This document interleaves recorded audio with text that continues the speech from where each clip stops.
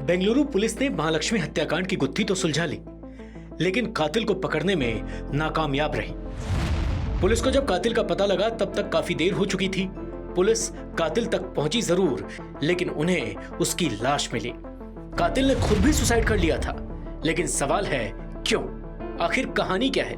तो चलिए शुरू से समझते हैं। 3 सितंबर की शाम बेंगलुरु के वाइलीकावल इलाके में एक फ्लैट के दरवाजे के पीछे छुपा था एक खौफनाक राज, जहां 29 साल की महालक्ष्मी की बेरहमी से हत्या कर दी गई। ना कोई चीख, ना कोई हलचल, कुछ भी ऐसा नहीं था जो इस भयावह घटना की तरफ इशारा करता।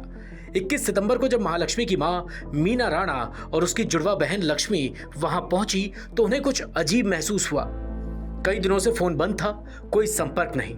शक और चिंता दोनों साथ साथ थे। फ्लैट का दरवाजा खुलते ही एक ऐसा भयावह मंजर दिखा कि रूह कांप जाए। कमरे में बिखरे खून के धब्बे, मांस के टुकड़े और असहनीय बदबू। जब उनकी नजर फ्रिज पर पड़ी तो मानो एक नई डरावनी सच्चाई सामने आई हो। फ्रिज के अंदर 30 से 40 टुकड़ों में बटी एक इंसानी लाश। नीचे पड़ा था महालक्ष्मी का सिर। मीना राणा की चीख ने पूरे इलाके में सनसनी फैला दी। पुलिस को तुरंत सूचना दी गई और फिर शुरू हुई उस कातिल की तलाश जिसने इस दर्दनाक हत्या को अंजाम दिया था। पुलिस ने सबसे पहले महालक्ष्मी के पति हेमंत से पूछताछ की। शक की निगाहें उसी पर थी, क्योंकि पति पत्नी के बीच रिश्ते अच्छे नहीं थे। हेमंत पर मारपीट का आरोप भी था, लेकिन कहानी में एक नया मोड़ तब आया जब हेमंत ने एक और नाम लिया, अशरफ, एक हेयर ड्रेसर।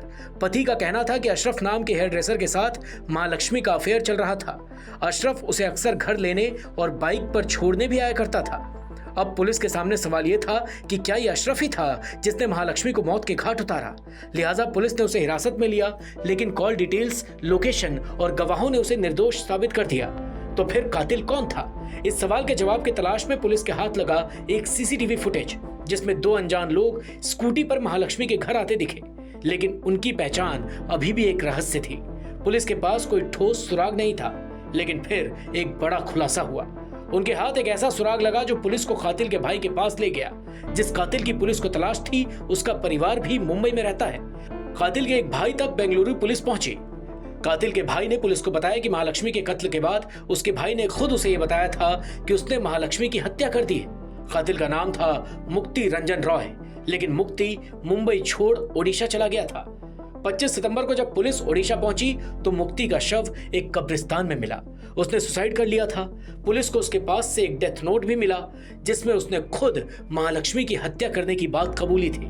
रंजन ने अपने डेथ नोट में लिखा, मैंने 3 सितंबर को महालक्ष्मी की हत्या कर दी थी। उस दिन मैं महालक्ष्मी के घर गया था। हमारी किसी बात पर बहस हुई, तब महालक्ष्मी ने मुझ पर हमला कर दिया। ये बात मुझे पसंद नहीं आई और गुस्से में मैंने उसे मार डाला। फिर मैंने उसकी लाश के 59 टुकड़े किए और उन्हें फ्रिज में डालकर वहां से भाग गया। मैंने कमरा साफ करने की कोशिश भी की थी ताकि लोगों को बदबू ना आए। महालक्ष्मी का व्यवहार मुझे बिल्कुल भी पसंद नहीं था। मुझे बाद में हत्या का पछतावा जरूर हुआ, क्योंकि गुस्से में मैंने जो कुछ भी किया वो गलत था। मैं डर गया था, इसलिए यहां भाग आया। आखिरकार बेंगलुरु पुलिस ने इस भयानक हत्याकांड की गुत्थी सुलझा ली थी, लेकिन सवाल यही बना रहा कि क्या वाकई गुस्सा इतना खतरनाक हो सकता है कि एक इंसान के 59 टुकड़े कर डाले।